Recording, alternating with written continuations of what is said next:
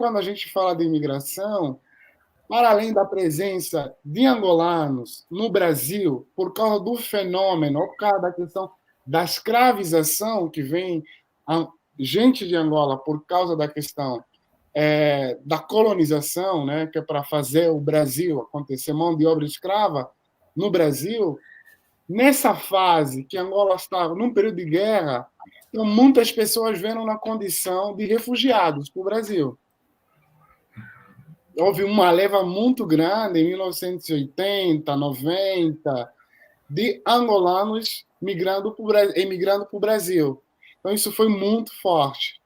Com a paz, Angola começa o processo de reconstrução. E o Brasil sempre fez parte da história de Angola. Só para ter noção, o Brasil foi o primeiro país em Angola, o primeiro país no mundo a reconhecer a independência de Angola, em 1975. O Brasil foi o primeiro país do mundo a reconhecer a independência de Angola. Curiosamente, ô José, foi no governo do Geisel, né? Eu acho que é isso, no governo de Geisel. Que gerou muita polêmica, né? Ele foi fortemente atacado pela linha dura, né? Aquela ala contrária à abertura, à distensão do regime militar. Sim, sim, total. Então, com o fim da guerra, né, que nós tivemos muitas perdas, não só humanas, mas de infraestrutura, econômica também, Angola decide se reerguer. E o Brasil sempre fez parte dessa história. Não só politicamente, mas economicamente também. Então, em 2012, o fluxo de brasileiros em Angola, pelas empresas como a Odebrecht, Teixeira e Duarte, e não só, muitas outras empresas, eram muito grande. A influência brasileira, não só na área econômica, mas também começa a ter uma influência muito forte cultural, porque Angola e Brasil são países irmãos. Eu cresci ouvindo Roberta Miranda, Djavan. Então, a presença dessas figuras da cultura era muito forte, para não falar também a dimensão cultural, por exemplo, as novelas de Angola, de Brasil passavam muito em Angola. Eu assisti Cica da Silva quando saiu, em Angola, pelo menos. Então, essa influência era muito grande, né? E não apenas isso, a influência religiosa também. Então, muitos missionários que eram de fala de língua portuguesa, antes de ir para Angola, passavam no Brasil para aprender a língua e depois ir para Angola. O fenômeno pentecostal, neopentecostal, acelerou ainda mais também a influência cultural ou religiosa no solo angolano.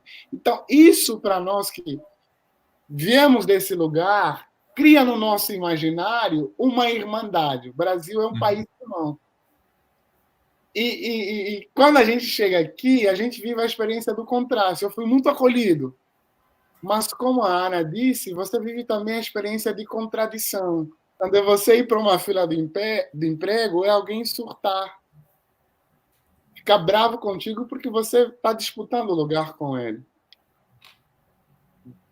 De uma experiência também de você querer conseguir um imóvel, alugar um imóvel, e você não consegue. Quando você vai lá, olha para a sua cor e fala que não. Mas se você usar uma pessoa intermediária, você consegue.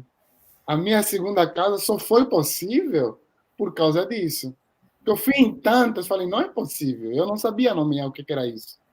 Mas eu consegui nomear depois desse ato. Então, acho que, para mim, sendo um angolano, vivendo num contexto de Brasil, é uma experiência de contradição. Ao mesmo tempo que eu fui muito acolhido, fui muito recebido, a experiência de hospitalidade, para mim, foi muito importante, mas essas coisas afloraram. Tanto é que eu tive que mergulhar na história do Brasil para tentar entender qual o lugar do negro afrodescendente aqui no Brasil, qual o lugar do negro, sendo ele imigrante numa realidade como o Brasil. Então, estudar a história do Brasil, para mim, foi meio que uma obrigação. Entender como é que os meus antepassados ou meus ancestrais, que vieram num primeiro momento na condição de escravizados, construíram essa nação, porque o Brasil é uma nação não só dos indígenas, mas uma nação de imigrantes, tanto português quanto africanos que vieram de forma forçada, e depois, na década de 1850 e 60, que chega a imigração europeia, os alemães, os espanhóis, os italianos. Então, eu tive que parar para entender como é que o Brasil se construi historicamente para entender o meu lugar como negro, como africano, que isso representa, até para lidar com esses elementos que nós estamos chamando de contradição, não só de xenofobia, de racismo. Isso, para mim, foi fundamental.